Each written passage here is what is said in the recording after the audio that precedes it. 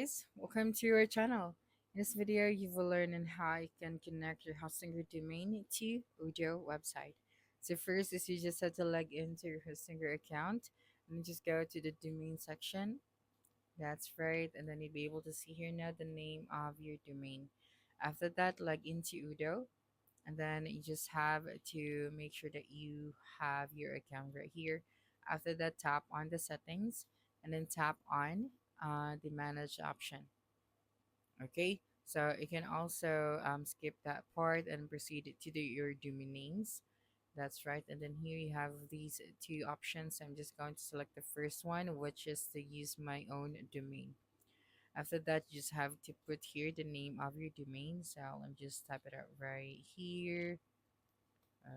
Okay, and after that, tap on the I confirm it's done. So we have to verify our domain. So tap on the verify option.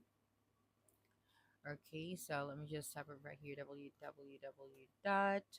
That's right, and then here we are going to create a CNAME record for our domain. And then if you want to use the naked domain, you need to redirect your domain.com. So yeah, let's just follow this one and then tap on the verify. Okay, so I'm just going to add this CNAME option. So after that, just simply tap on the I confirm it's done, and then congratulations, the domain will set up in a few minutes. So just go back to your website. Okay, so after that, just wait.